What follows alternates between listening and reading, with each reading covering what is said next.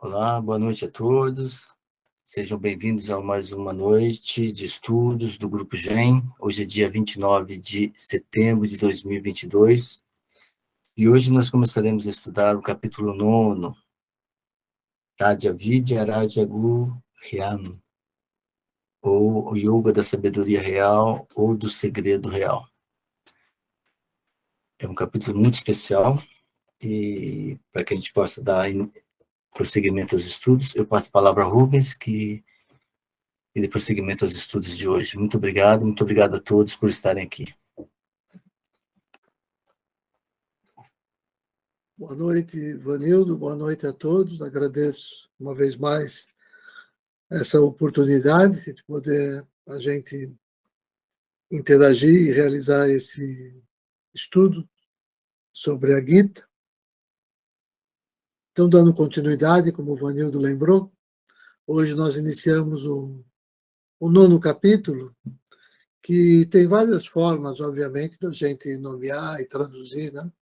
Existe um consenso razoável em torno do nome em sânscrito, Raja Vidya, Raja Guhyam Yoga.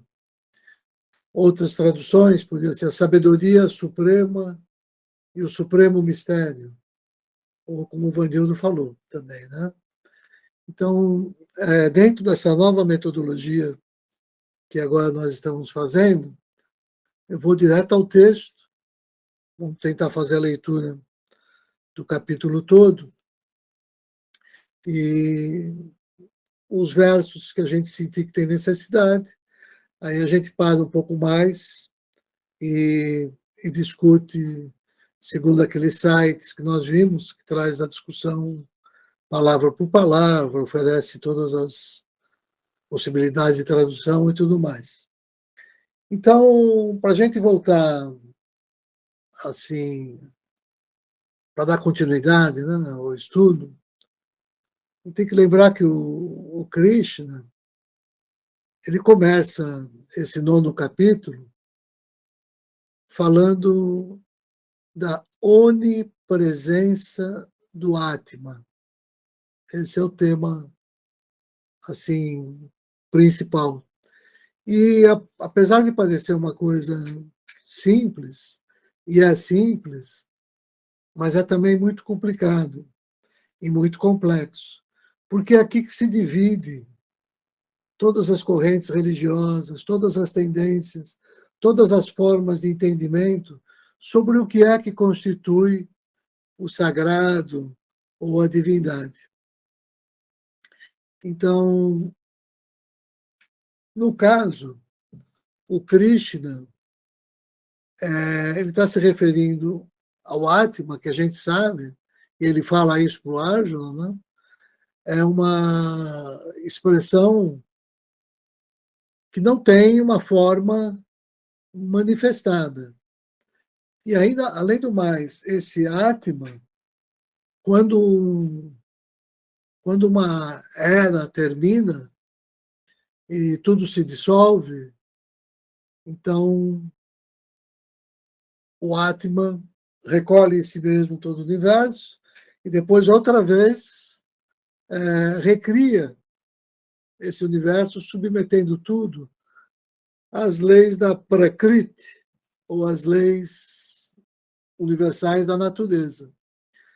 É como se fosse o caso do Atman ser o pai e a mãe do universo, ou como vai ser dito no texto, né? O símbolo do Pranava-Om, ou dos 3 Vedas. São 4 Vedas, nós sabemos, mas 3 são os mais antigos. O Atharva Veda, parece que ele é construído um pouco mais tarde. Então, às vezes, quando a gente se refere aos Vedas, se refere aos 3 Vedas. Então, o Atma, que seria também essa semente, o objetivo que a gente tem para alcançar na vida, que representa o refúgio, como estava falando o senhor Eurípides, na oração, na meditação que nós fizemos antes de iniciar, né? E é essa morada. De alguma razão, todos nós moramos consciente e inconscientemente no Atma. Então, o capítulo trata do cultivo dessa sintonia com a nossa essência átmica, com esse alento vital, com esse Espírito Santo, né?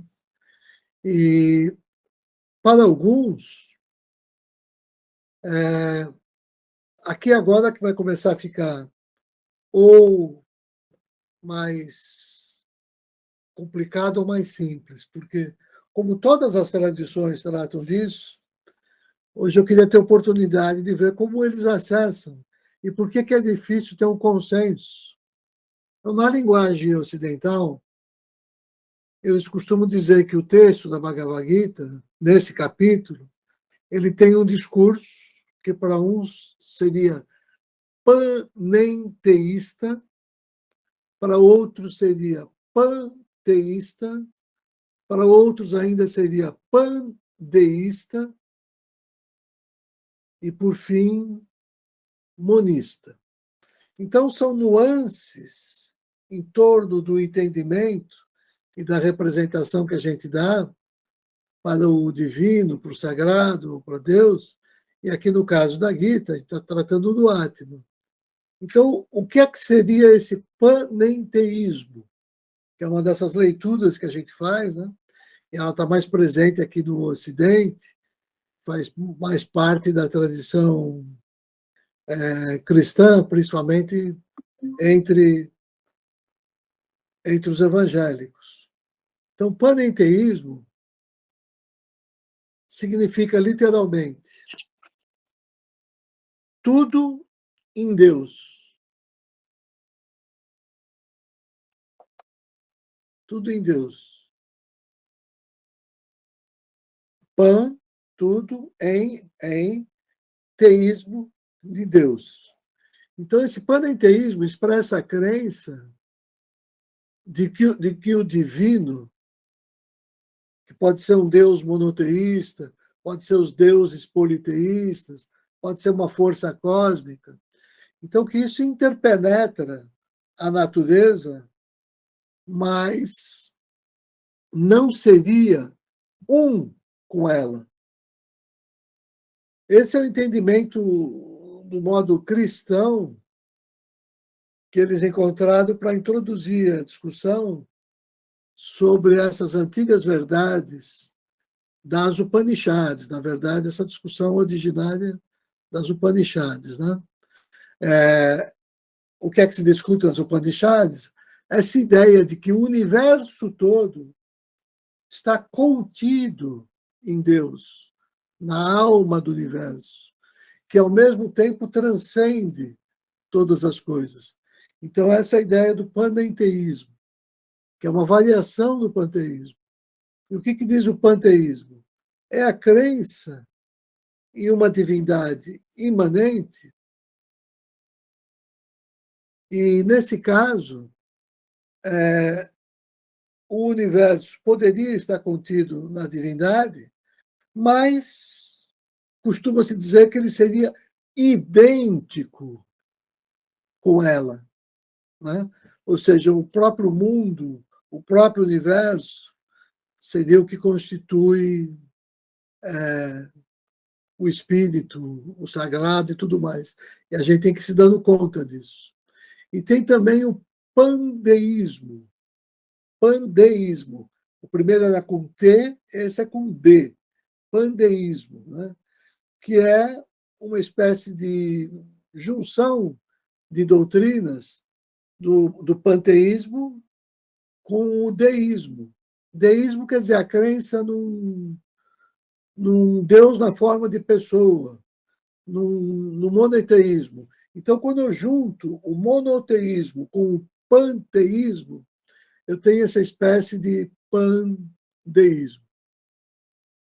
E, por fim, aquele que a gente ouve falar sempre no monismo, que aqui no Ocidente isso começa lá com os gregos, os pré-socráticos, com Parmênides, e vai ter o seu principal representante aqui no Ocidente, um filósofo Spinoza, depois um pouquinho com o próprio Hegel.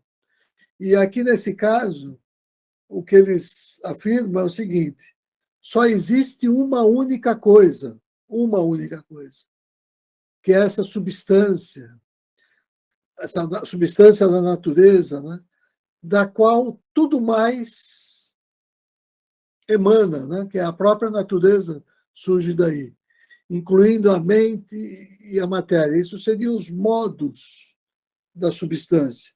Originalmente você teria essa substância e ela se expressaria desses modos. Por que eu estou dizendo isso? Porque esse é um ponto muito delicado e eu queria tomar liberdade agora, antes de começar o vídeo. Essa conversa pode parecer que está um pouco deslocada, mas ela é essencial para se compreender a Gita, para se compreender como a Bhagavad Gita dialoga com toda a tradição ocidental, onde ela é bem aceita e onde ela recebe críticas. Por que é que a Bhagavad Gita é tão pouco compreendida no Ocidente? Por que ela não é assimilada pelas outras tradições? Por que ela não é reconhecida? Então, eu vou procurar ilustrar isso mostrando um vídeo. É um vídeo um pouco forte, de alguns minutos, onde o palestrante, que é um representante de uma igreja evangélica, protestante, ele é muito lúcido, muito inteligente, com os argumentos muito assim bem construídos, mas de alguém que ainda tem uma certa inocência e se mostra imaturo para compreender as profundidades da Bhagavad Gita. Então, eu queria mostrar isso. Onde é que estão esses pontos que, aparentemente, a Bhagavad Gita estaria conflitando com o cristianismo, quando a gente sabe que não está. Mas, para eles, obviamente que sim, que está. Então, eu queria compartilhar esse vídeo. Não vai durar mais do que 5 minutos, mas isso vai me permitir compreender melhor, inclusive para poder depois, nas nossas interações, a gente escolher a melhor forma de reagir, interagir, tudo mais. Então, eu vou compartilhar o vídeo. Deixa eu colocar aqui.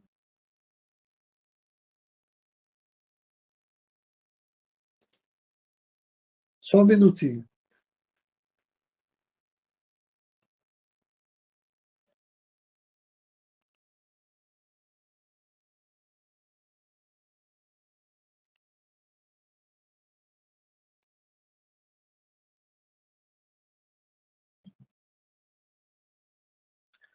Eu vou colocar o vídeo, tá certo? Se por acaso tiver qualquer problema, vocês levantem a mão e me avisam. Eu vou fechar meu microfone, vou deixar só aqui da tela.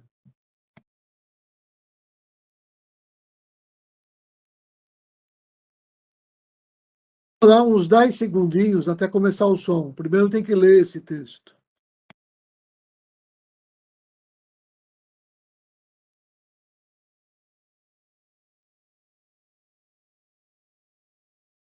Some move in to number 3, which is, it's actually monism, which means one, all is one, and it manifests itself as pantheism and panentheism. Explain these. They sound similar, but they are different.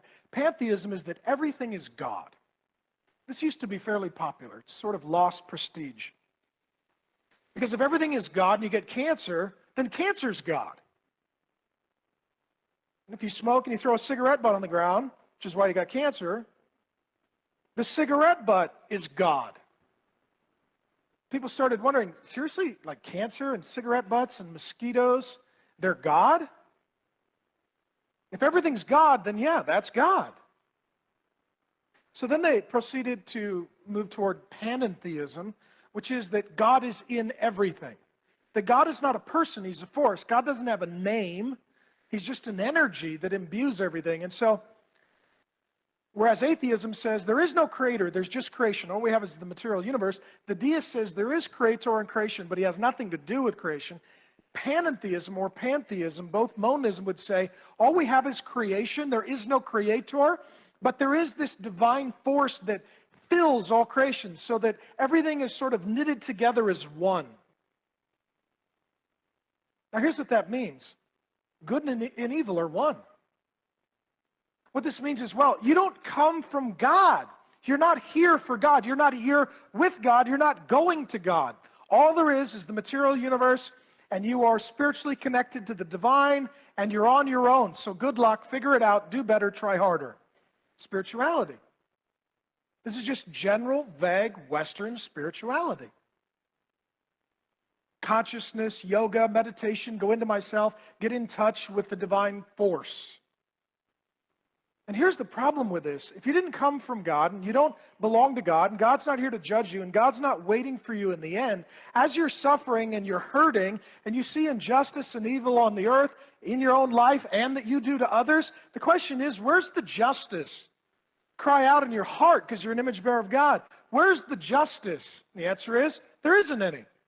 There's no judge outside of the system.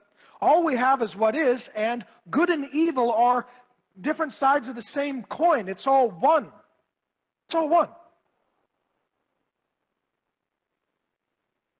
So if you're hurt, damaged, raped, abused, abandoned, betrayed, you can't say that was wrong. All you could say is that happened. And you can't appeal to anyone because there's no one beyond creation. And you have no hope of a final judgment in the end, meaning if they got away with it, tough. There's nothing you can do, and there's no God to help. This is Deepak Chopra, this is Oprah Winfrey, this is Eckhart Tolle, this is what was said on this very stage when I debated Deepak for Nightline. Can't talk about good and evil, it's all one. No. There's good and evil, God and Satan, creator, creation. Again, that ideology, when life gets really hard, depression, you're abandoned, you're on your own, there is no God to help. Self-medication, suicide. Suicide.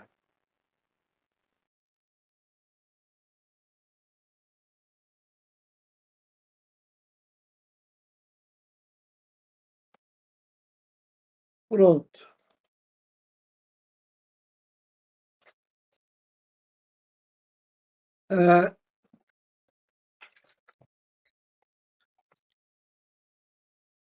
Eu sei que esse vídeo é estranho, mas se você observar o palestrante, que é muito bom, o palestrante, mas ele faz uma crítica assim superficial aos 3 aforismos do Shuddha Dharma, né? Que tudo é Deus, tudo é a natureza de Deus, tudo é necessário.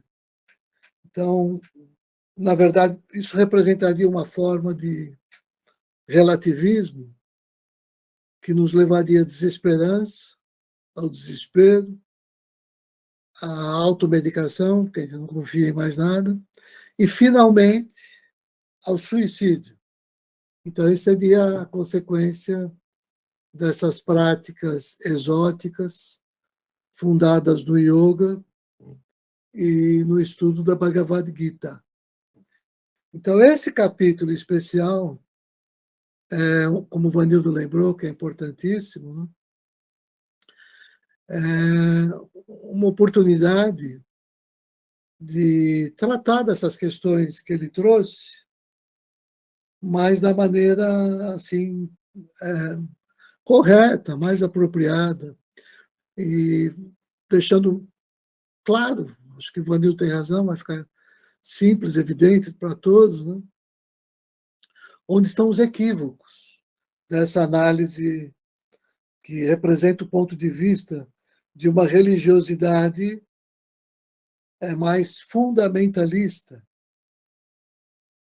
que é diferente da prática espiritualista, da espiritualidade que é propagada na Bhagavad Gita, que ele não consegue alcançar, no caso.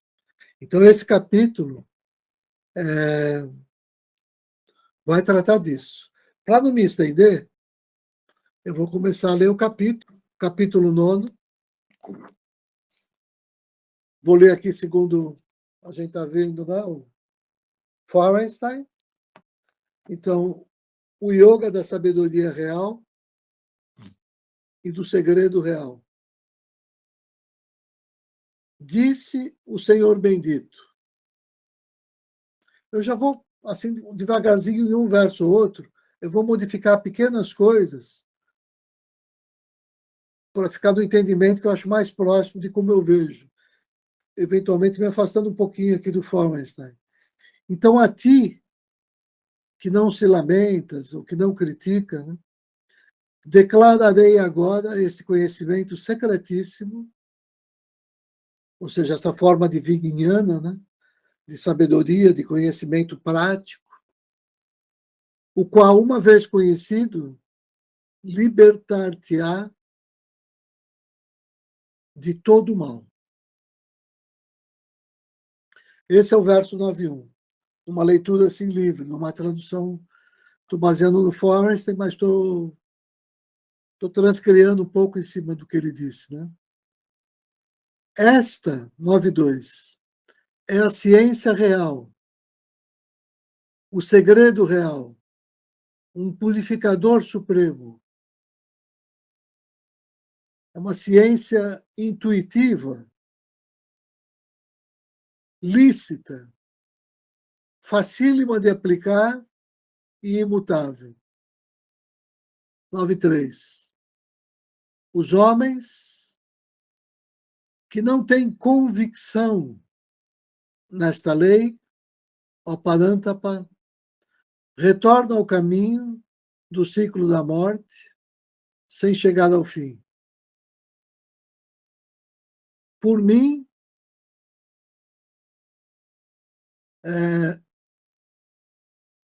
não manifesto na forma, ou seja, o Atma não se manifesta no mundo, né? Por mim, esse universo inteiro se desdobrou, né? Todos os seres habitam em mim. Lembrando que esse mim é o Atma, não é no Senhor Krishna, é no Atma, né? Então, todos os seres habitam em mim, mas eu não estou limitado por eles. Ele coloca subsisto neles, mas o que o Senhor Krishna está querendo explicar é que o Atman está em todos nós, mas ele não está limitado por cada um de nós. Não? E, no entanto, os seres não permanecem ou não têm consciência de mim. Então, ele está fazendo aqui essa observação, que o nosso esforço, a nossa disciplina, é alcançar essa consciência, é a gente aprender a permanecer no Atman. Por quê? Porque, apesar do Atman estar em nós, nós não repousamos a nossa mente no Atman. Então, ele diz aqui no verso 9.5, e, no entanto, os seres, ele diz, não habitam em mim. Fica difícil de pegar essa ideia quando traduz assim. Mas se eu entender que ele está dizendo, não tem consciência de mim, não permanece focados em mim, né? Aí eu entendo. Aí então ele pede para que a gente saia desse estado de ignorância e de afastamento e de compreensão da nossa realidade átmica. Ele pede no final do verso 5, contempla o meu yoga. Esse yoga, ele traduz senhorial, né? Porque é desse poder do Ishvara, né? Eu mesmo sustento, eu mesmo quer dizer o Atman, né? Óbvio. Eu mesmo sustento todos os seres. E, embora não habite nos seres, faço com que os seres sejam.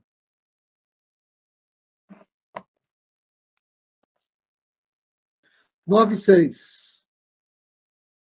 Assim como o poderoso vento, sempre em toda parte habita no Akasha, ele traduziu como espaço, Assim também deves compreender que todos os seres habitam em mim. Então percebe que ele já está começando a lidar com aquelas categorias que aqui no Ocidente nós estamos chamando de panenteísmo, panteísmo, pandeísmo e monismo. São pequenas variações de entendimento em torno de uma mesma coisa. Porque ele diz aqui, ó, assim como o poderoso vento, sempre em toda parte, habita no Akasha, assim deves compreender que todos os seres habitam em mim. Tem a ver com os 3 aforismos que eu tinha mencionado, né? Com aquela ideia de que tudo é Deus, toda a natureza é de Deus, tudo é necessário. Então, o verso 7. Todos os seres, ó filho de Kunti, vêm para a minha natureza ao fim de um éon. Depois emito-os novamente no início de um novo éon, que é aquela ideia da respiração brâmica, né? Ou da pravrit e da nivrit. Quando eu expando para criar o universo, quando depois eu me recolho na etapa de dissolução do universo, dentro dessa ideia da respiração brâmica, que é tão difícil para a gente compreender. Eu só compreendo isso como metáfora, eu não sei exatamente o que é que isso quer dizer. Eu não sei. Esse processo de tudo acabar e começar de novo. O que quer dizer isso, começar de novo? Né? Não sei, mas está aqui, faz parte da tradição védica e o Senhor Krishna está utilizando ainda dessa mesma figura. Aqui. Sustentado pela minha própria natureza, ou seja, pela manifestação, né, aquilo que é apara prakriti, às vezes a gente fala natureza inferior, como ele pôs aqui, né? Sustentado pela prakriti, apara prakriti, emito e torno a emitir toda esta agregação impotente de seres pelo poder da minha natureza, da minha Shakti, né?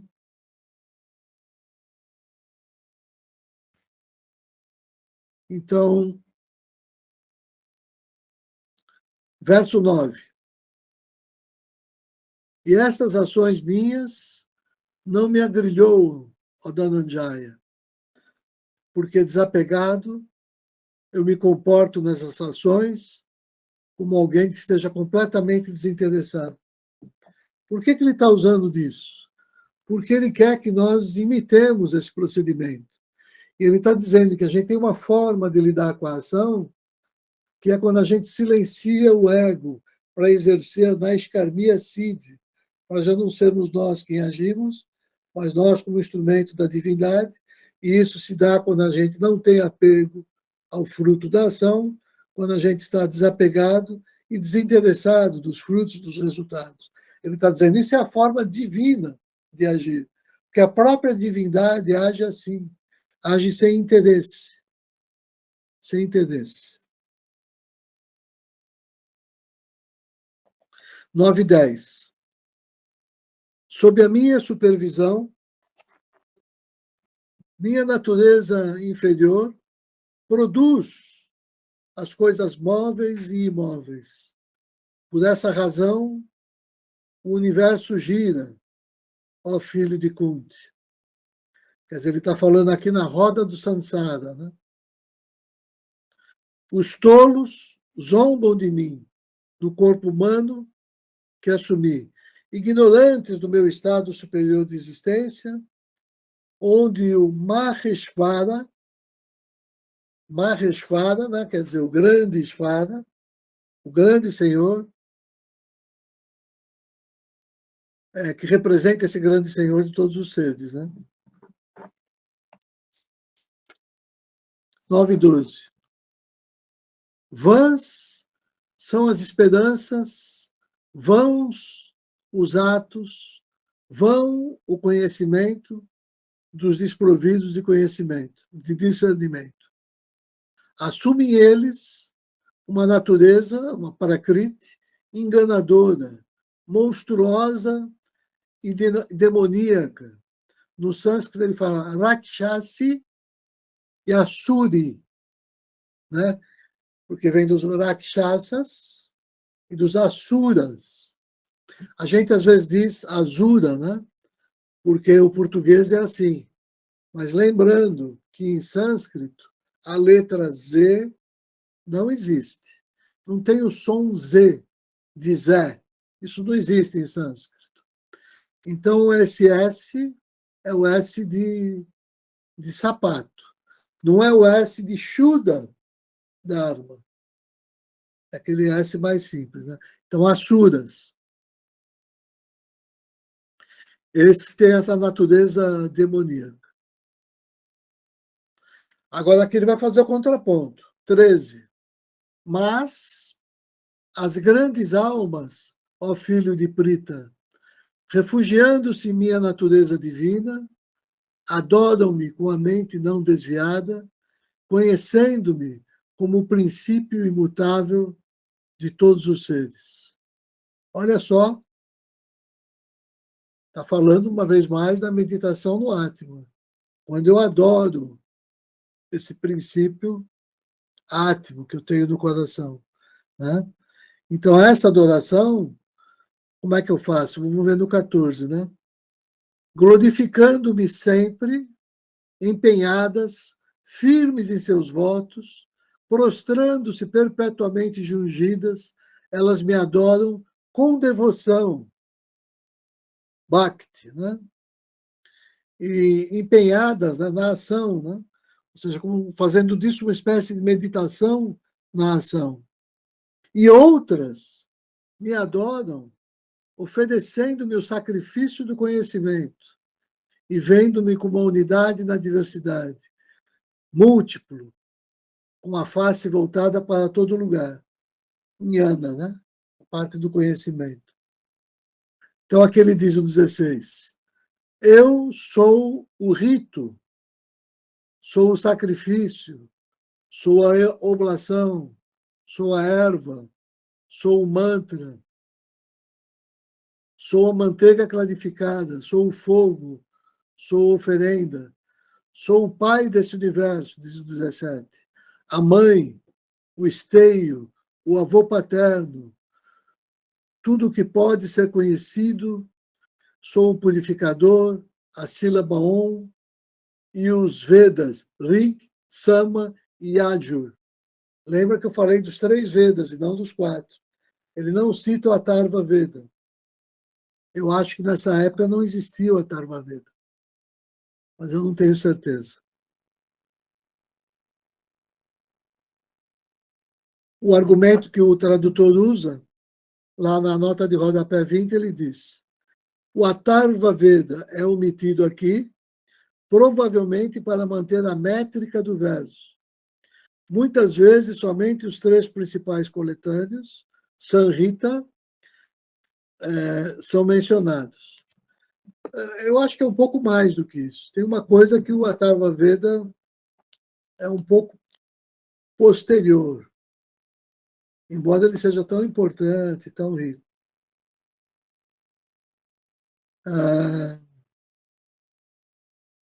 Verso 18. Sou o caminho, o sustentador, o Senhor, a testemunha. Sakshi. Quando fala testemunha, a gente tem que ter claro aquela metáfora dos 2 pássaros, presente no Rig Veda, que eu sempre digo, que corresponde a essas 2 instâncias dentro de nós. Quando a gente vai entrar em meditação, o pessoal reclama, não consigo meditar, é tão difícil, meu pensamento fica voando, eu fico olhando, penso para cá, penso para lá. Ou seja, eu já me dou conta dessas 2 instâncias. Existe esse eu que pensa, que representa a minha personalidade, e existe esse eu que é a testemunha do pensamento. Né? Então, é aqui, ele diz, essa testemunha é da essência átmica. É aí que nós nos identificamos com o Atma, enquanto testemunha. Então, ele diz, sou o caminho, o sustentador, o Senhor, a testemunha, o lar e o refúgio, o amigo, a origem, a dissolução e o estado intermediário, o receptáculo, a semente imutável em todos os seres. Queimo como o sol, retenho e derramo a chuva, sou a imortalidade e a morte, o existente e o não existente, ó Arjuna. Olha que interessante, aqui a palavra imortalidade, ele traduziu como imortalidade. Eu acho que eu prefiro assim, ó. Queimo como o sol, retenho e derramo a chuva. Sou o néctar da imortalidade e a própria morte, o existente e o não existente. Por que eu quis usar a palavra néctar? Porque a palavra que representa a imortalidade é Amrita. Amrita, que a gente sabe que é esse néctar, essa ambrosia de que falam os textos sagrados. E é Amrita, enquanto que Mrita significa morte. Daí vem Mrityu, e Mrita quer dizer morte. Então, Amrita é aquilo que não morre, que é imortal. Daí a ideia de representar esse néctar da imortalidade, que é o que todos nós queremos beber, alcançar, o néctar da imortalidade. Verso 20. Agora ele vai falar daqueles que ainda não têm esse conhecimento, daqueles que estão presos ao conhecimento védico, ao conhecimento do hinduísmo, ao conhecimento de todas as formas de Vedanta, mas que ainda não correspondem a esta revelação da Bhagavad Gita, a esta revelação da essência do Dharma, a esta revelação do Shuddha Yoga, a esta revelação do Shuddha Dharma. É isso que é o Shuddha Dharma. É essa revelação feita por Krishna na Bhagavad Gita, que vai além das revelações que se tinha até então, que representavam o hinduísmo e o Vedanta. Esta revelação da Gita vai além do próprio hinduísmo, porque ela é universalista. Ela não se prende ao hinduísmo. Então, esses versos agora vão tratar disso, do 20 até o 25, mais ou menos. Eu vou ler aqui, então.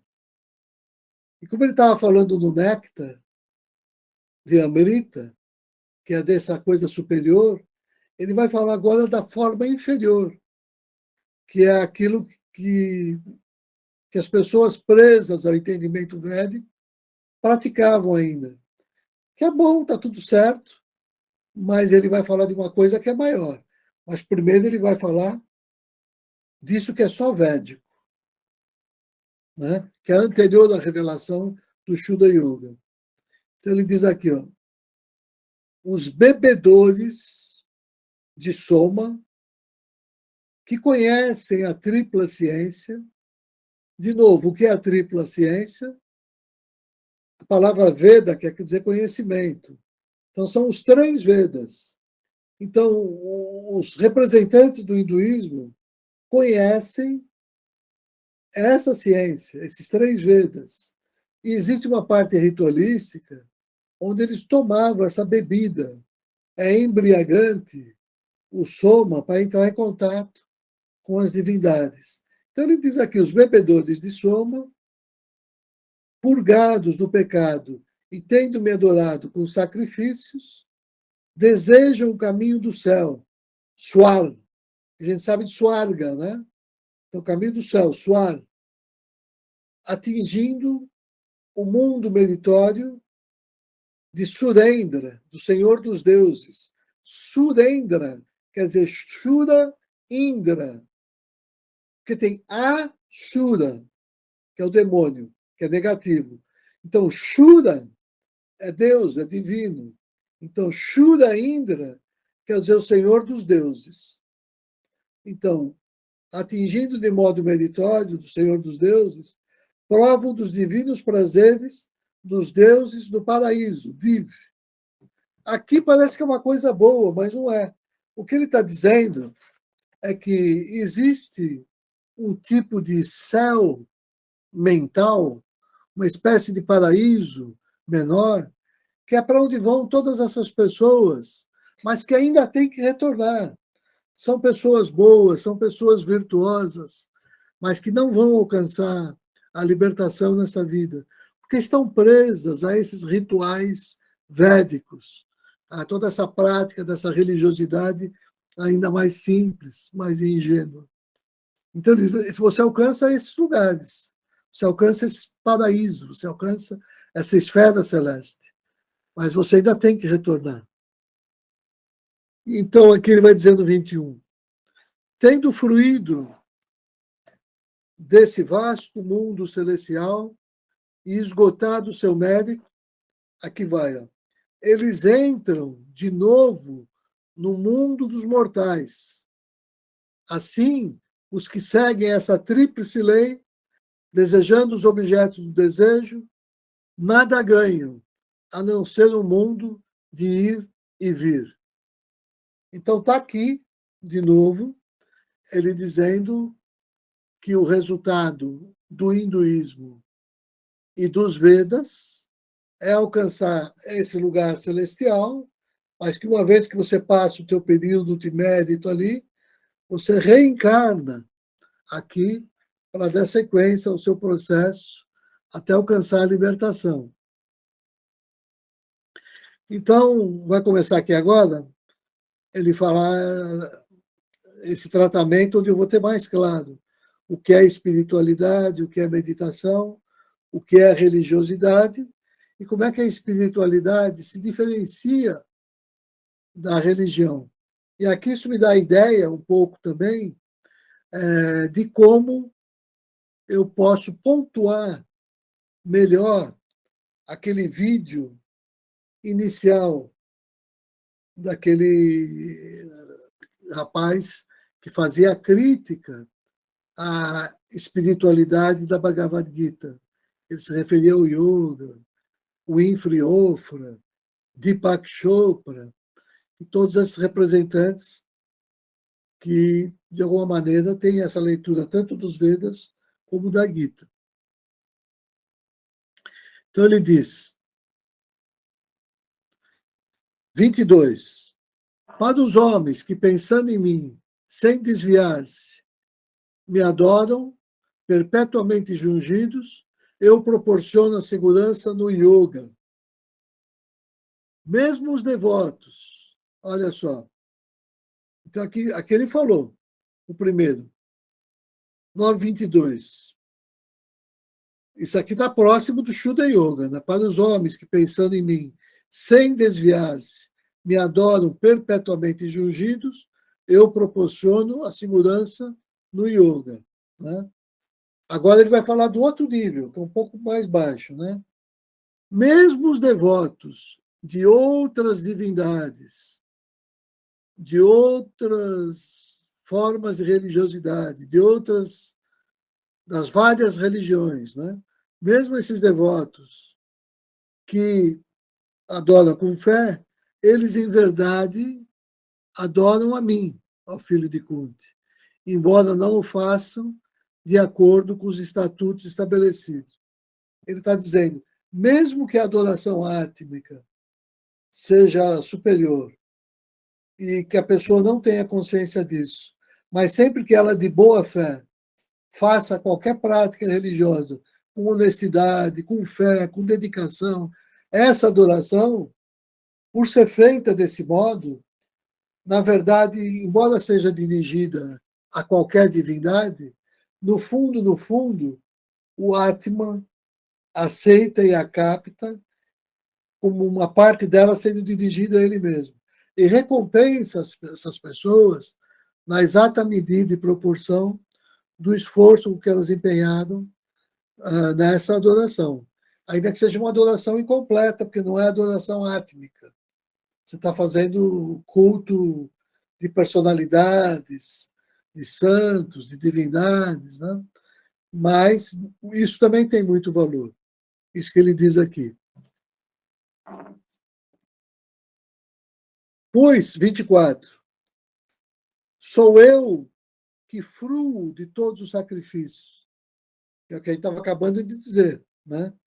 Quando eu faço esse esforço, por mais simples que eu seja, por mais se o meu entendimento ainda é muito ingênuo, se minha formação é ruim, mas quando eu faço aquele sacrifício, quando eu faço aquele esforço, é nesse sacrifício, nesse esforço, que o Atman, é por ele que o Atman flui, se manifesta. Então ele está presente ali em parte, no esforço, na dedicação, do mais humilde como do maior erudito. Pois sou eu que fruo de todos os sacrifícios. Sou, com efeito, o Senhor Supremo. Mas eles não me conhecem verdadeiramente. Por isso cai de novo nos estados condicionados da existência. Então, ele está falando de todas as formas de cultivo às divindades na forma de pessoas. Está falando de todas as expressões religiosas, que tem um líder religioso, um salvador, mas que é uma pessoa, não é o Atman ainda. Então você alcança em parte, porque você alcança pelo exemplo dessa pessoa, mas você não contatou com o Atman ainda. Então você retorna para que possa seguir até alcançar o contato com esse Atman que você adorou no outro, que o outro manifestava esse Atman, você vai encontrar em você mesmo. Que é o que está acontecendo com Arjuna nesse momento. Ele começa adorando a Krishna, ele vê no Krishna, aquela figura externa, essa manifestação do Atman, até ele, naquele capítulo da manifestação das múltiplas formas da divindade, começar a perceber que tudo isso é um grande jogo da consciência, que o Senhor Krishna está ali como representante do Atman. 25. Os devotados aos deuses dirigem-se aos deuses.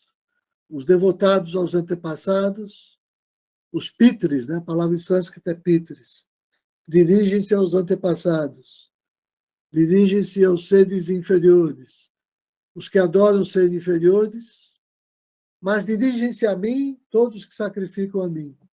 Olha como isso aqui é importante também, porque como isso é perigoso, né? Por bem e por mal, eu vou me aproximar daquilo que eu estou cultivando, das forças as mais divinas até as mais demoníacas. Todas essas são expressões. Se eu cultivo, se eu adoro, eu me aproximo daquela forma. E todas elas estão aí, são provisórias. Fazem parte do meu aprendizado. Até que, de todo esse aprendizado, eu sou remetido à raiz, à fonte de todos eles, que é a adoração átmica.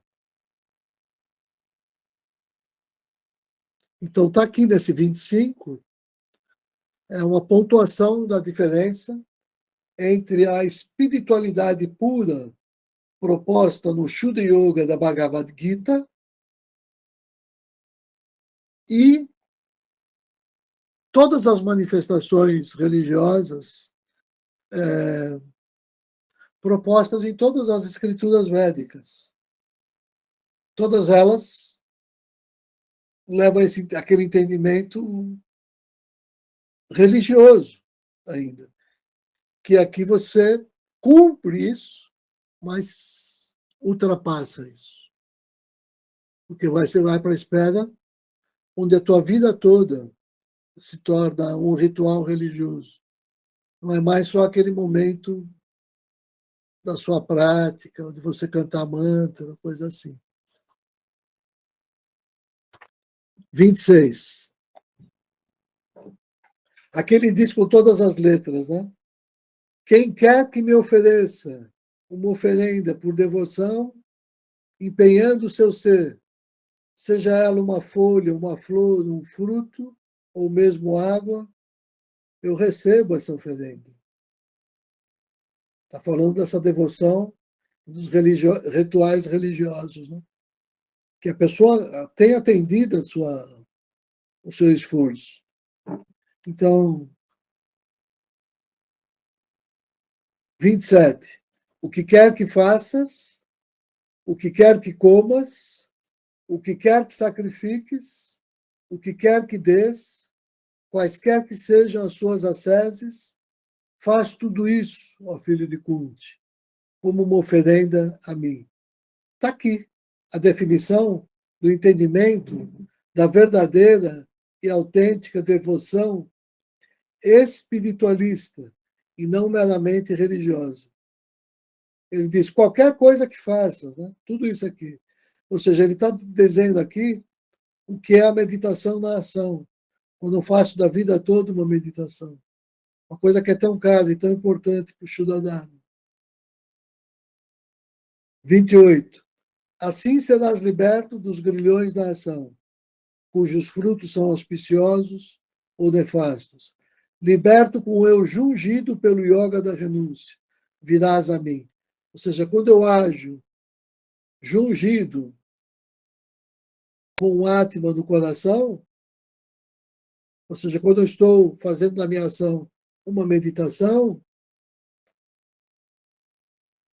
eu sou encaminhado à minha liberação.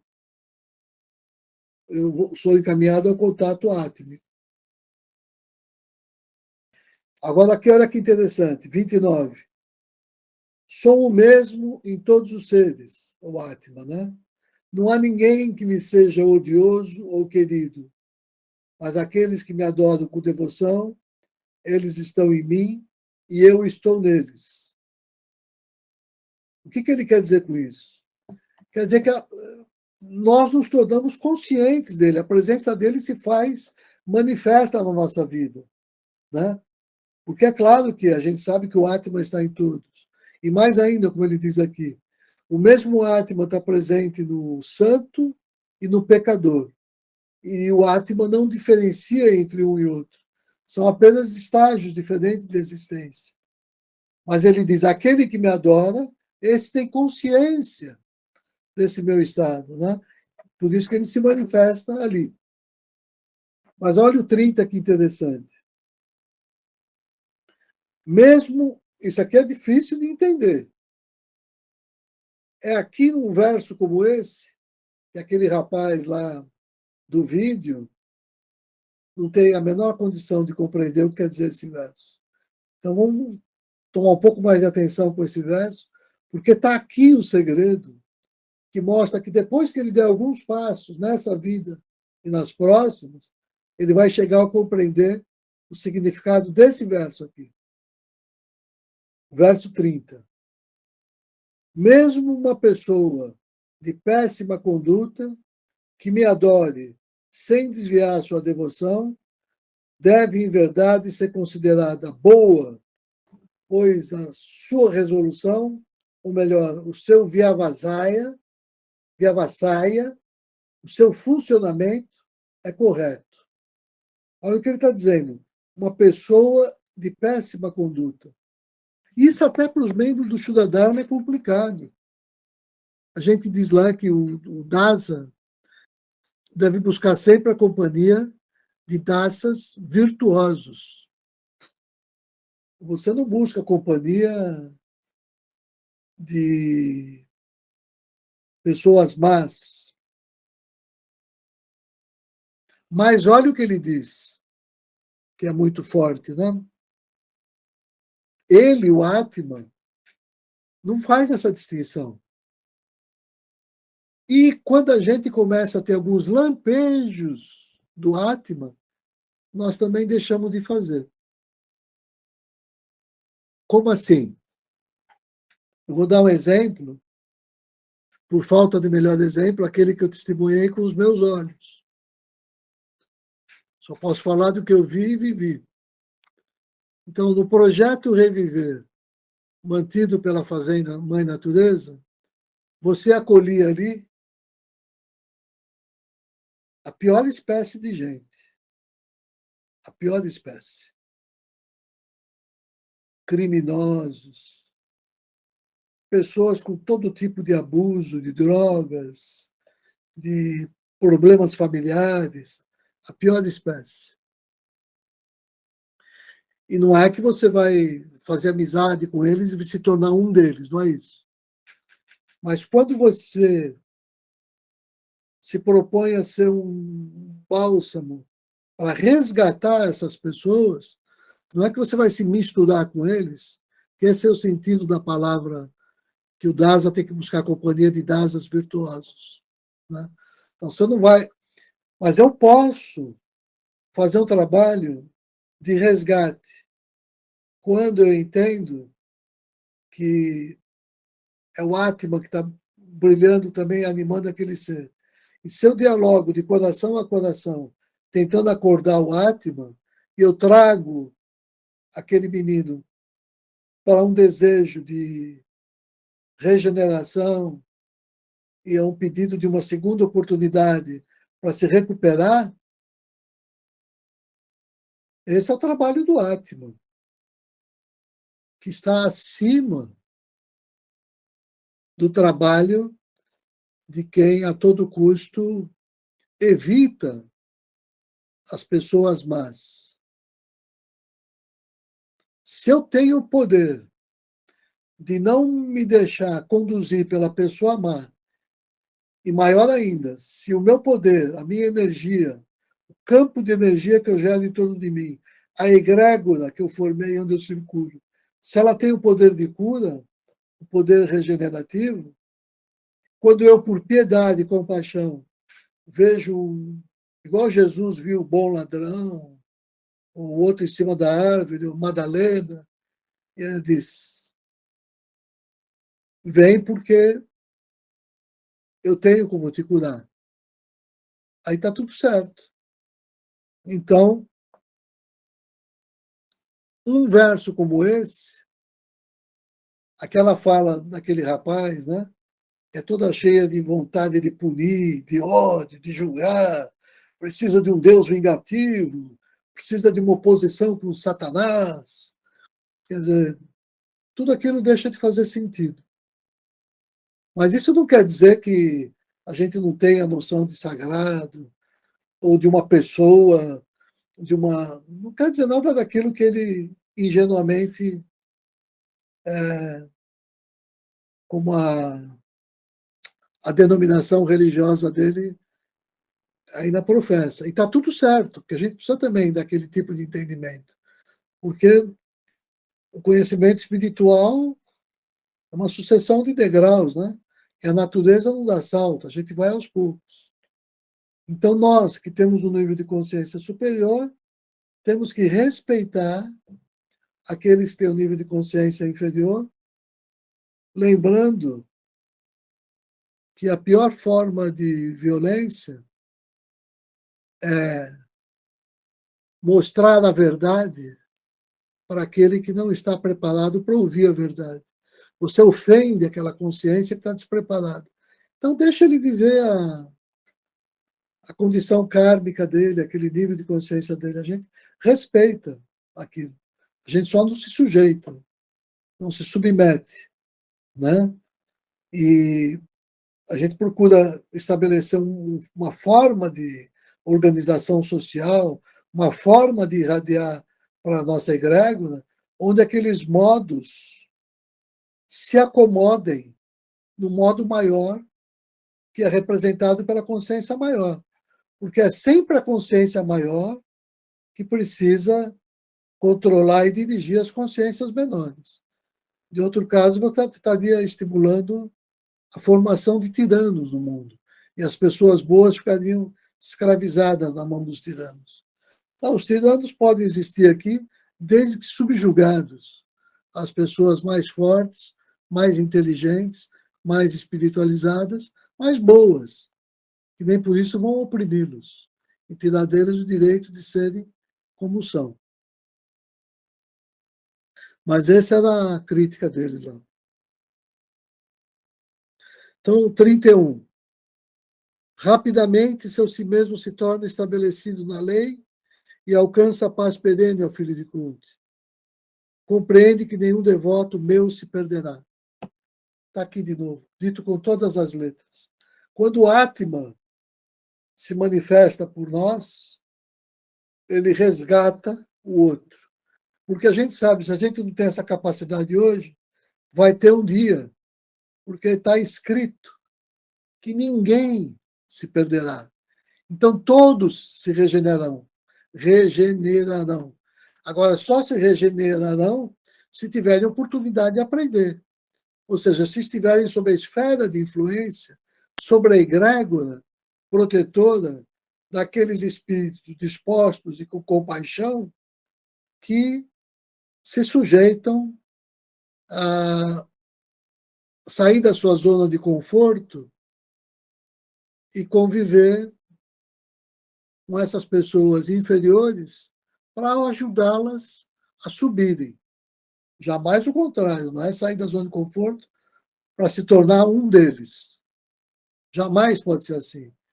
Todo diálogo com essas pessoas só é autêntico e verdadeiro se existe essa relação de respeito hierárquico, onde a pessoa te vê como alguém com quem ela pode confiar e buscar ajuda. Aí está tudo certo. Agora, ela jamais pode cobrar de você nada, porque ela não tem consciência para isso. Ela não tem esse direito, essa capacidade. Então, sempre que o inferior te cobrar alguma coisa, isso está errado. Não pode se permitir isso. É hora, inclusive, de cortar a relação, como eu vi na Fazenda, Francisco fazer isso de uma forma muito forte e dura. Ele já disse assim, olha, arrume as suas coisas e saia daqui imediatamente. Porque é assim que você lida com o espírito inferior e insubordinado. Aí tem que ser firme. Para que a bagunça e a lei do espírito inferior não tome conta da sociedade, que é como está acontecendo hoje na política do mundo, né? Com as pessoas devotadas ao espiritual não tendo ainda força suficiente para controlarem essas forças inferiores. Pelo contrário, a gente vê as forças inferiores controlando, governando sobre a Terra. Aqui é o governo das forças assúricas, porque são poucos aqueles que, se afastando daquele entendimento daquele rapaz, né? Ele estava certo, no certo sentido, porque ele queria impedir isso. Só que ele impede do jeito errado, que é radicalizando como inimigo absoluto, né? Eu vou extinguir o mal, eu vou combater, eu vou julgar, vou pegar em armas, eu vou fazer sei lá o quê. Não adianta. Você não vence o mal se igualando a ele, né? Se rebaixando ao nível dele e se valendo das mesmas técnicas e ferramentas que as dele. Você vence o mal quando você faz aquela pessoa amar, perceber que ela, no fundo, é boa, que ela só está esquecida disso, que ela sofreu, que ela teve uma série de traumas e dificuldades, e que uma hora isso tudo vai ser depurado, modificado. Agora, se a pessoa está viciada e ainda quer viver nessa vida, mostra o caminho da rua. Porque não é para ninguém cultivar demônio dentro de um lugar sagrado. Então,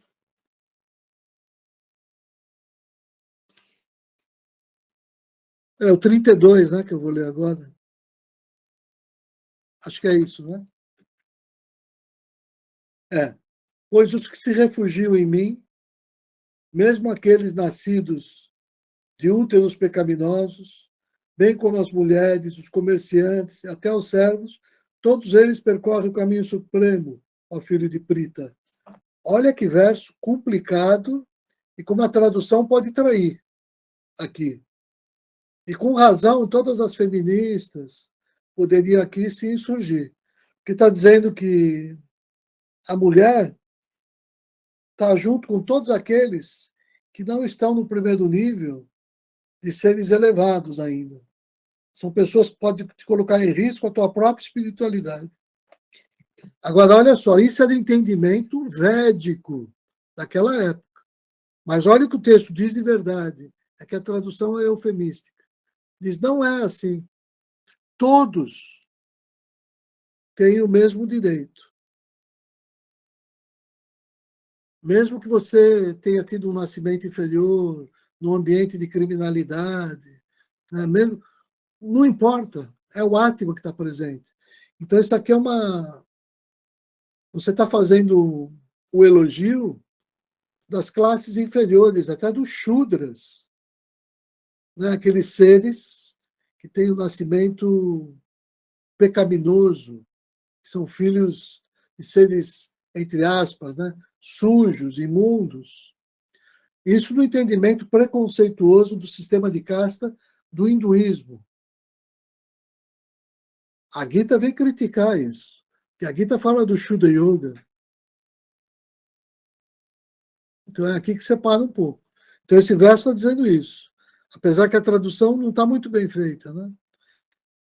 Basta se refugiar no Atman. Não está falando nenhum outro tipo de distinção, nem de sexo, nem de gênero, nem de raça, nada. Tudo depende da minha relação com o Atman, é isso que diz a Gita. Agora, como naquela época não era assim, ele tem que explicar, ele pede desculpa aqui quase para dizer, olha, mesmo esses que vocês consideram inferiores, não são inferiores, não. Cada um no seu lugar depende de como ele se relaciona pelo Atman. Então, se com todos é assim, imagina quando a pessoa teve todas as condições para se desenvolver ao seu pleno potencial, que vai dizer o 33, né? Quanto mais, então, os brahmanes meritórios e os devotos videntes reais, ou seja, os seres espiritualistas, aqueles que devotam a sua vida a uma vida digna, uma vida de valor, né? Quanto mais razão não vão ter esses para me alcançar, se até os outros têm essa condição de me alcançar. E aí ele diz para Arjuna, né? Visto que alcançaste o nascimento nesse mundo transistório e sem alegria, adora-me, adora o Atman. E o 34, para encerrar, ele diz: tem a mim em tua mente, ó devoto meu. Sacrifica a mim presta reverência. Assim, atento a mim, tendo jungido a ti mesmo, em verdade virás a mim. Bom, todo esse mim aí, mim, é o Atman. Então, ele está falando da meditação e da meditação na ação. Porque se você está com a mente toda em Deus durante o dia, você está agindo, você está trabalhando. Então, quando você alcança isso, está aqui o 34 dizendo o que é a meditação e a meditação na ação. Né? Tenha a mim em tua mente. Sacrifica a mim. Né? Lembra sempre disso. Que às vezes a gente não quer fazer alguma coisa porque o ego está com preguiça, ou aquela ação é desagradável.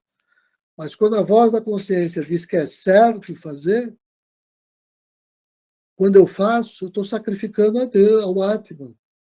Quando eu digo, não vou fazer não, aí venceu o meu ego, a minha personalidade. Aí eu perdi esse contato átmico. Cada vez que eu atendo, me aproximo um pouco mais desse lugar, desse Atman. E cada vez que eu não atendo, aí eu me afasto. Vamos lá? Posso fazer algumas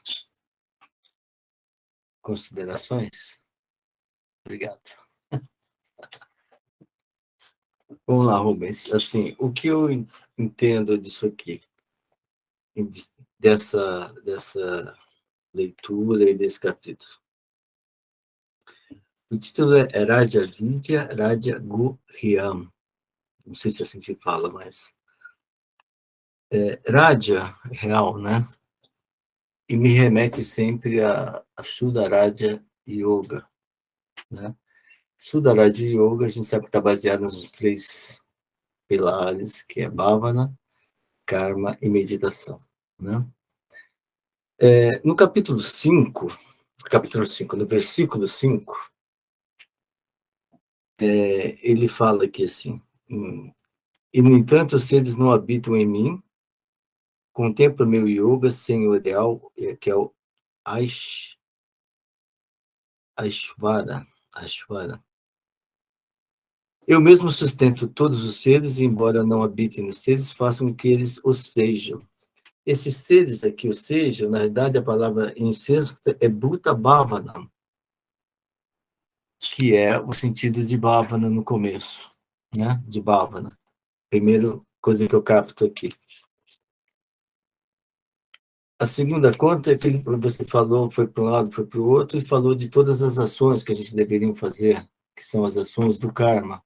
E por último, nos últimos capítulos, você falou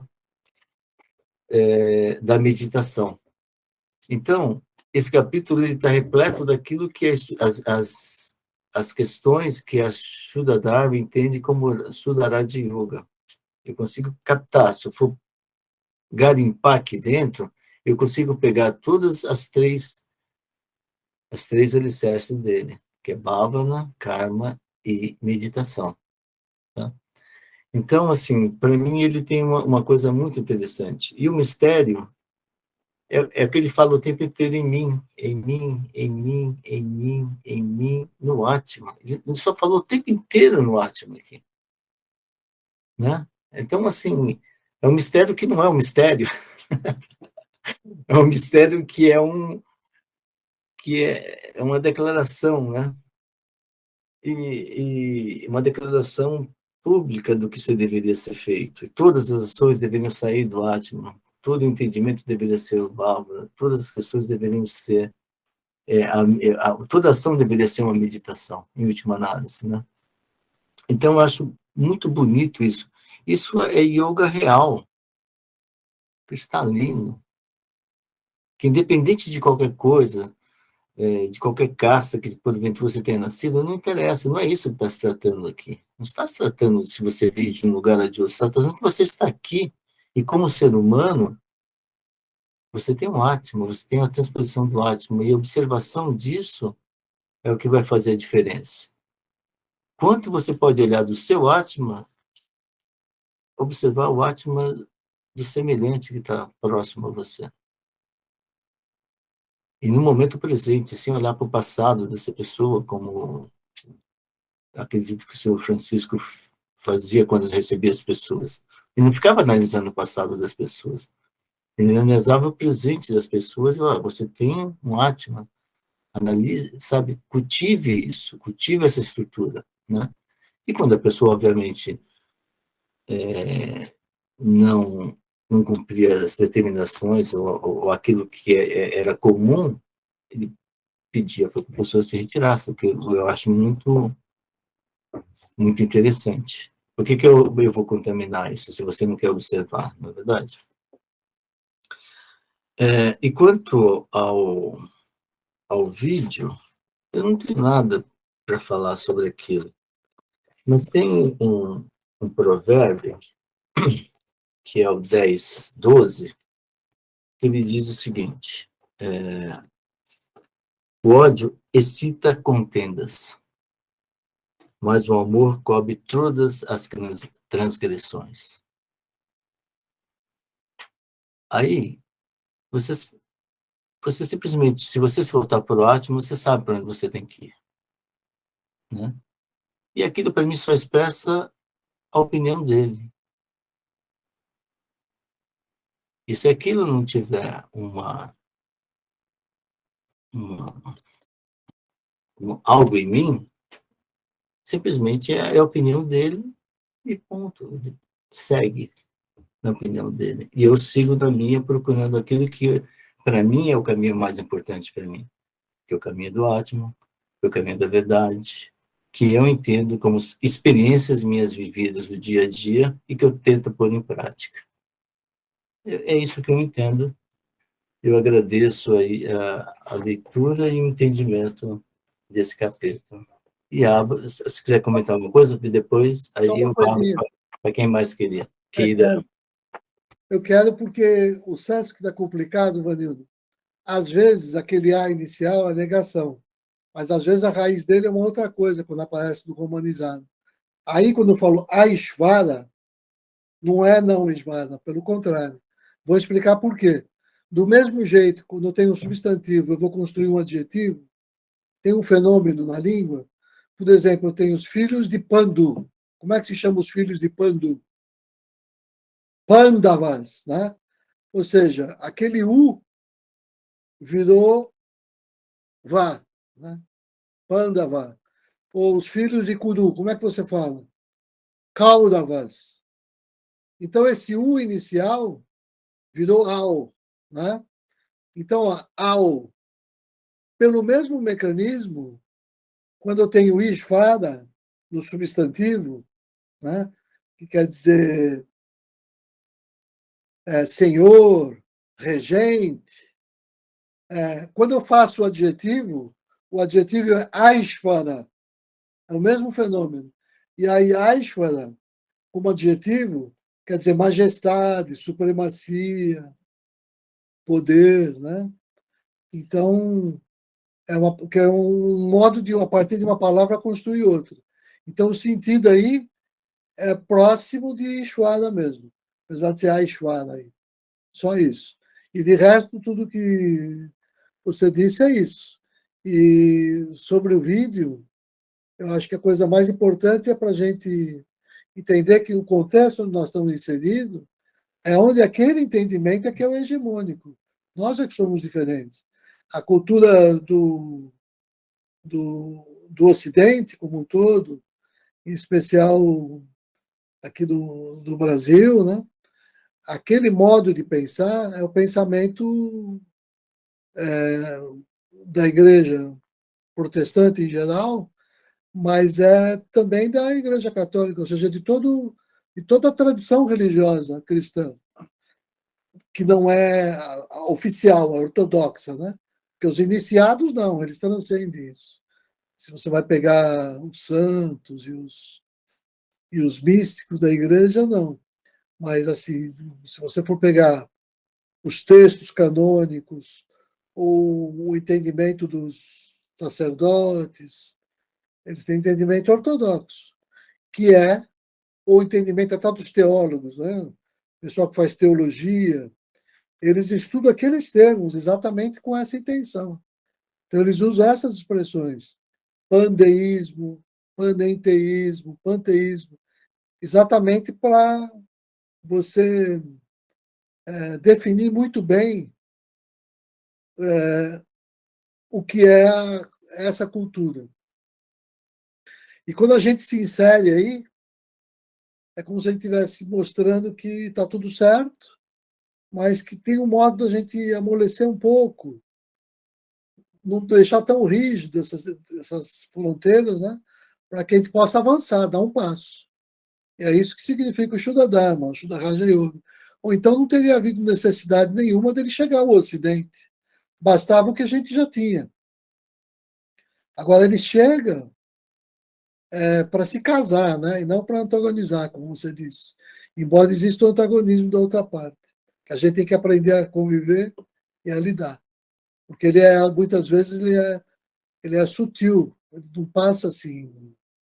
É uma coisa inconsciente, que vem com a cultura. Como estava aquele folhetinho inicial, que eu coloquei ali, aquele papel amarelo, que eu recebi na caixinha de correio de casa. Uma pessoa avisando os outros para tomar cuidado com quem faz yoga, meditação e tudo mais. Alguém mais quer comentar? Eu acho que eu vou falar. Eu não sei falar bonito igual vocês, gente. Mas eu vou falar aqui um pouquinho, conforme o Vanildo falou. Ele falou assim: tudo a mim, né? Oferenda a mim, virás a mim. E o que me chamou mais a atenção foi o que eu acho que eu gostei mais, o 29, que eu sou o mesmo em todas as criaturas, não há para mim rejeitado ou predileto, aqueles, porém que me adoram com devoção, estes estão em mim e eu também estou neles. Então, eu entendi assim, como é que a gente vai chegar a Deus, não é? Que Deus é a verdade, a justiça. E então, através da meditação na ação. E mais acima de tudo, a justiça e o amor. Com amor, ajudando, servindo e finalizando o amor. Essa é a maior forma de meditação que existe. A base de meditação sem amor não se chama meditação. Então, perfeitamente.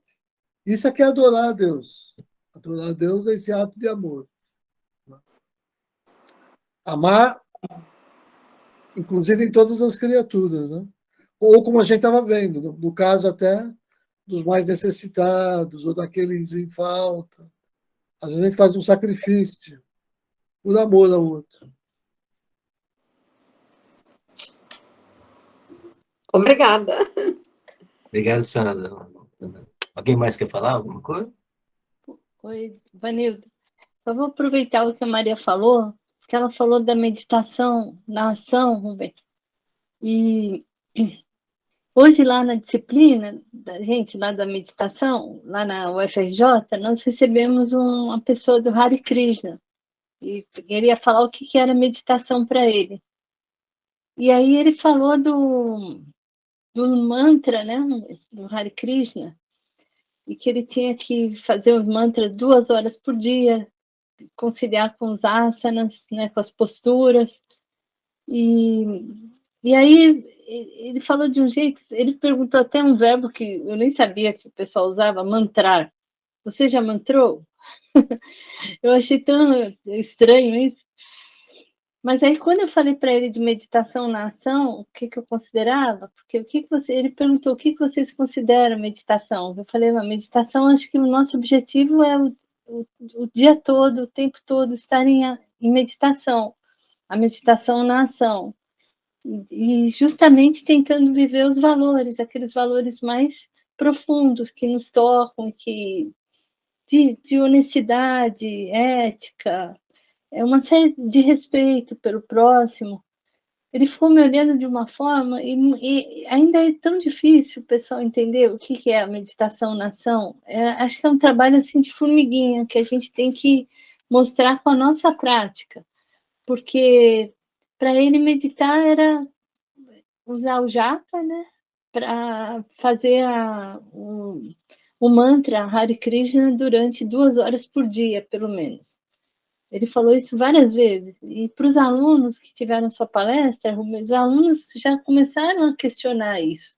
Mas como? Eu não tenho condições de fazer isso todo dia. O que eu vou fazer para meditar? Aí a gente começou a falar da meditação na ação, que era isso que você tinha dito, que alguns não tinham visto a sua aula, que eles entraram depois, né, da sua aula. Mas acho que a Maria pegou bem esse termo da meditação na ação, acho que é a coisa mais importante desse capítulo também, né? Que você citou ali no final do capítulo, ele está falando da meditação na ação. Acho que a gente tem que reforçar isso a cada dia da nossa vida. É isso, Maria. Obrigado.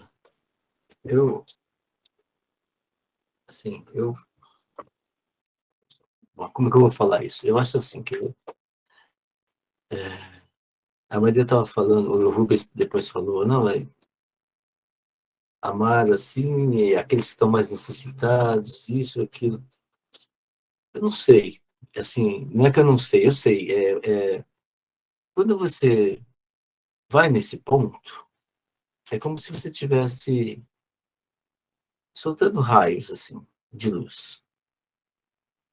E o raio, ele não vai para um e não vai para outro. Ele vai para todo mundo. Entendeu? Assim, ele não fica separando, como o sol. Quando o sol vai nascendo, vai passando, não cai aqui, não cai ali, aquele carinha lá, eu vou torrar ele, o outro não. Ele vai geral, entendeu? Então, não tem segmentação nisso. Tem amor, tem um sentimento, tem aquilo que você efetivamente sai do seu coração e vai embora. Sabe? Atingiu, não atingiu, não atingiu, sabe? Isso, por isso que, assim, desculpa, Rubens, assim, quando você mostrou o vídeo, para mim é só a opinião dele, não tem reflexo para mim nada do que ele falou. Desculpa, assim, não tem, você entendeu? Assim, ele falou, bacana, sabe? Essa é a sua opinião, bacana. E vou continuando fazendo aquilo que eu estou fazendo, ou tentando fazer, né? Eu não pego, absorvo aquilo para mim e olha, sabe? É como um pensamento na meditação, né? Você vai sentar e ele começa a aparecer, eu não vou brigar com ele, não estou afim, sabe? Porque ele vai crescer, vai tomar uma proporção desmedida e vai atrapalhar a minha meditação, né? Eu não quero isso, eu quero que ele passe para que eu possa ter acesso ao Atman, né? É assim que eu vejo, né? Assim, cada dia eu estou tentando, não é fácil, né? Não é fácil. E quando a Cássia falou, eu comentei com você hoje, né? Eu sou muito estranho mesmo. Eu estava comentando com o Rubens um pouquinho antes aqui, que eu fui, que eu sou de também, que eu fui entrar no metrô hoje, depois de 3 anos, e a gente, assim, eu não sei mais andar de metrô, então eu entrei, fui lá no cantinho, na hora que eu entrei assim, tinha umas pessoas, bom dia e tal, né? Eu cumprimentei as pessoas do metrô, né? Então os caras falam, você não é usual. Para mim é usual. Quando eu não vejo, entro em qualquer ambiente que eu não conheço as pessoas, eu cumprimento as pessoas, mas não no metrô, né? É uma coisa pouco usual. Então, o cara, a pessoa que era Hare Krishna não deve ter entendido que você estava. Parece que eles falam só para o mundo deles, mas é assim mesmo. É como a gente é, no fundo, né? E é isso. Vamos tocando o barco. Não, mas sabe o que eu acho uma coisa importante? É a energia também. Quando você falou dos raios, tem gente, às vezes a gente se sente bem perto de algumas pessoas pela energia que ela manifesta. Isso, o Francisco tinha uma energia boa, não é que ele não atendia só os necessitados, ele atendia a todos. Em geral, as pessoas que precisavam mais chegavam mais perto dele. Mas ele tinha uma energia de que estava tentando fazer o mais correto cada minuto, cada segundo da vida, e aquilo lá, assim, atraía as pessoas para perto dele. Às vezes a gente ficava lá perto dele sem falar nada, já se sentia bem. Então, acho que essa questão da energia que você falou acaba refletindo em todos, não apenas naqueles que a gente gostaria de alguma forma, tocar. Acaba tocando, né? Quando você está... Acho que é a vida, né? Não é nada fácil, porque é um esforço diário da gente ser melhor a cada dia, um pouquinho a cada dia. Não é fácil. Tem muitas coisas contrárias, muitas pessoas que são contrárias a isso, mas eu acho que tem resultado. Eu queria falar uma coisinha para completar, que a Cássia falou, e o que o Vanildo comentou, que eu achei absolutamente pertinente, ambas as falas. O Vanildo tem total razão, não? Se ele tem essa postura com relação àquela pessoa do vídeo, eu acho essa mais elevada possível. É só isso que se espera de nós. A gente não pode se incomodar com aquilo que acho que ele quis dizer. Nem foi a minha intenção trazer o vídeo para isso, não é isso. Estou totalmente de acordo com o que a Cássia falou também com relação à energia, que é o que o Vanildo tinha comentado com relação a irradiar para todos os seres, independente de quem. Mas quando a gente diz meditação na ação, quando você testa isso na prática, tem uma instância muito especial, onde é aí que eu separo aqueles que são teóricos nesse assunto e aqueles que de fato vão à prática. Na verdade, é aí que eu separo, inclusive o Shuddha Dharma, em 2 grupos. Um bastante numeroso, que eu acho que não vive isso, que eu vou falar agora, e outro menor, que é o que leva à prática isso, de irradiar amor. Irradiar amor não é fechar meus olhos e desejar o bem para todos. Isso é uma grande etapa. Mas eu vou dar um exemplo do que é isso, concreto, assim, de quando a gente é chamado a isso. Por exemplo, ninguém tem dúvida hoje em dia que o Irã representa uma espécie de perigo, porque dali sai um monte de pessoas que podem ter tendência terrorista ou são associados com os inimigos do cristianismo e uma série de coisas, né? Tudo isso a gente sabe. Aí eu vou dar um exemplo prático, né? 2 iranianos, um casal, eles foram enganados para sair do Irã com uma promessa de receber uma bolsa de estudo para viver no Rio de Janeiro e estudar na UFRJ. E essa pessoa que estava mediando fez o que era necessário, só não falou para eles que não tinha bolsa de estudo. Então, a UFRJ, que é uma universidade pública, mas que não dá bolsa, tá bom, quer vir para cá, pode vir, né? Tá tudo certo, a vida tá certa, tudo mais. E eu olhando, então, eles vieram, descendo no aeroporto, aqui no Galeão, e, para resumir a história, não vou me estender, mas se dando conta de que tinham caído num golpe, não tinha ninguém para recebê-los, eles não sabiam o que fazer nem para onde ir sem um tostão no bolso. É essa situação. Aí tem 2 tipos de membro do Sudadharma que eu conheço. Um que eu vou chamar de teórico e um do prático, né? Então, nessa hora de irradiar amor, não basta fechar os olhos, vou irradiar amor para que Deus resolva o problema deles. Olha, não tem problema, nós estamos sendo convocados hoje. Eu não tenho medo que eles sejam terroristas, eles não são. Eles são vítimas, eu estou sentindo isso. Eles não têm o que fazer, não têm para onde ir. Chama para casa, o que mais eu posso fazer? Vou passar uma semana em casa, até se virar, né? Então, para mim, isso é uma forma de mostrar compaixão, de mostrar amor. Não adianta fechar os olhos e ficar irradiando amor. Quando eu sou convocado a agir, isso é que é meditação na ação. É o que Deus espera de mim agora.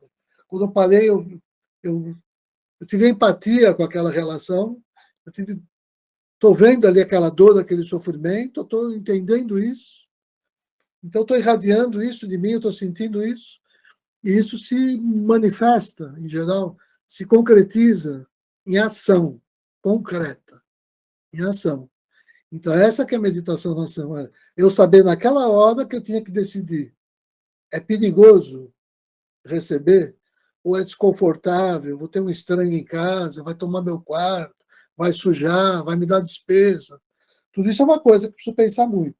E o outro, 2 pessoas que vêm do outro lado do planeta, que não tem para onde ir, que são pessoas bem intencionadas, de boa formação, e que não tem condição nem de voltar para trás. E agora? Dá para a gente oferecer o mínimo de calor humano, alimentar, oferecer onde dormir. Então, isso é meditação na ação. Não pode vir para casa. E na minha experiência com o Shuddha-dharma, eu posso falar, e vou falar de uma maneira forte agora, eu acho que eu posso falar que 60%, 70% dos membros não vive isso, nem tem ideia do que seja isso. Sei que eu estou falando forte. E nem quero dizer que eu sou melhor, não é nada disso. Estou dizendo assim que esse esforço a gente faz quando se envolve com o outro, porque você está se doendo pelo outro. Está sentindo aquilo em você. Isso que é amor. Está sentindo a dor do outro, né? E às vezes não é a gente ficar numa distância confortável e asséptica. Então aí eu sinto que tem esse problema, que é um problema que eu tinha no passado também, que é a distância entre o discurso e a prática. O que é a verdadeira prática? O que é essa prática, né? Que é o entender que karma, que é o segundo componente do Shuddha Raja Yoga, não é só a parte ritualística. não é cantar mantra, nem aprender a silabazinha de poder. Esse é o entendimento parcial, mas karma é eu agir misticamente nessas horas e me tornar um instrumento de Deus para que eu faça a vontade dele nesse momento. Porque é aí que eu passo a comungar com ele, eu me aproximo dele. Quando eu realizo as missões que precisam ser realizadas aqui, que eles nos usam, nós somos usados como instrumento para que a vontade deles seja manifesta. E quando eu faço isso, às vezes eu faço com sacrifício, com renúncia, com dor, me traz prejuízo, né? Num certo sentido, porque você está sacrificando quem? O teu ego, para que a outra esfera se manifeste.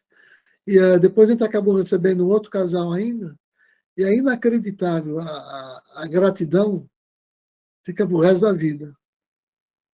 Tem um ela já está nos Estados Unidos, outro não sei aonde, eles não esquecem da gente, uma coisa tão tola, tão boba, tem um quarto aqui, ó, fica aí em casa. Não era nada para gente, mas eu sabia que era. Então, o que me afasta às vezes disso é uma falsa compreensão de espiritualidade e do que é esse cuidado em lidar com que a gente chama isso o dasa, né? O dasa virtuoso, buscar o convívio, buscar com aquela comunidade dos seus iguais. É claro que isso é importantíssimo para se fortalecer. O que nós estamos fazendo aqui agora é uma comunidade de taças virtuosos, que busca isso. Mas eu quero me fortalecer aqui, porque quando a vida me convocar para as experiências, eu não posso ter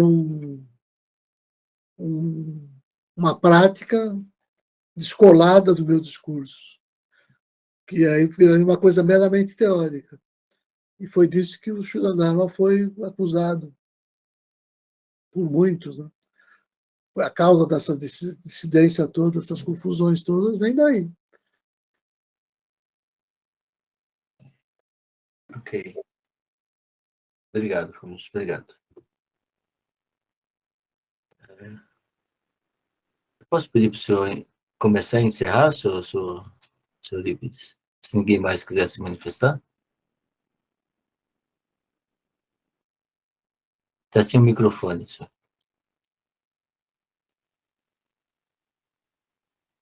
O senhor está sem o microfone, senhor O Eurípides. microfone, senhor.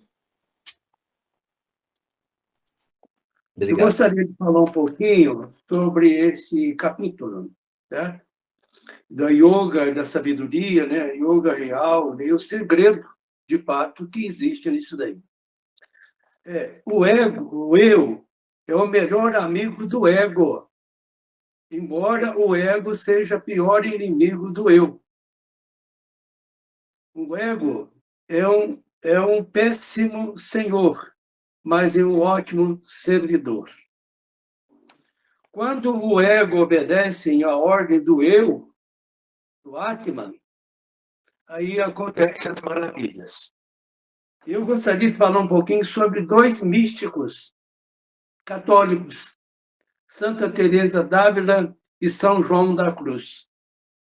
Santa Teresa d'Ávila sentia a chama do Atman.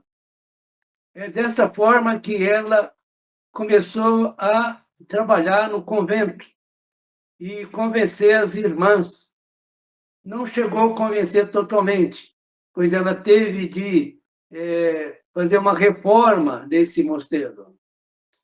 E aí São João da Cruz, por outro lado, se tornou padre, mas ele se diferenciou de todos os padres, porque ele sentia o Atman dentro dele vibrar. E ele não foi enganado pelo ego, pelo egoísmo. Tanto é que foi oferecido para ele cargos maravilhosos dentro da igreja. E ele, então, rejeitou tudo isso, obedecendo o Atman. Chegou a ficar 8 meses fechado num cubículo ali, num quartinho de nada, só recebendo pão e água. Mas sentiu-se a grandeza do Atman. essa luz que brotava dentro dele. E ele considerou esses opositores dele não como inimigo, mas como até colaboradores, para que ele sentisse essa vibração do Atman cada vez mais. Então, eu vejo no exemplo de Santa Teresa d'Ávila e São João da Cruz um exemplo para que nós possamos valorizar cada vez mais a Shuddha Dharma e, principalmente, fazer a meditação na ação. Eu acho que isso é fantástico. Então, é só isso que eu gostaria de dizer. Então, vamos encerrar. Om Namaha Sri Paramahishivyo Yogi Vyaha Subhamastu Sarva Jagatam. Om Glória os grandes anjos e santos, que eles nos livrem de todo mal e nos conduzam sempre pelo caminho da prosperidade material e espiritual. Que nós e todos os seres sejamos eternamente felizes, que haja paz e harmonia em todos os mundos, para todos os seres. Vamos pronunciar por 3 vezes o Pranava Om, o nome sagrado de Deus. Coloquemos os nossos pensamentos na luz do coração e inspiremos.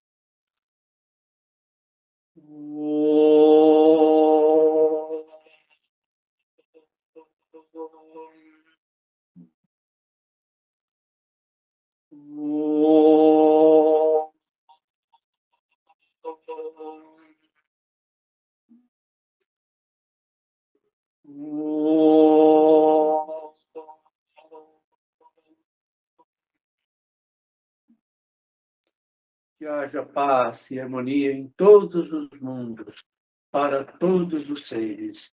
Namastê. Namastê. Namastê. Obrigado a todos. Muito bom. Agradeço, Olímpia, as palavras de sabedoria. O encerramento é sempre o ponto alto da nossa reunião. Grato a todos. Namastê. Namastê. Obrigado a todos. Obrigado, seu Olímpio. Obrigado, Maria. Cássia. Um abração. Obrigado. Maria. Tchau.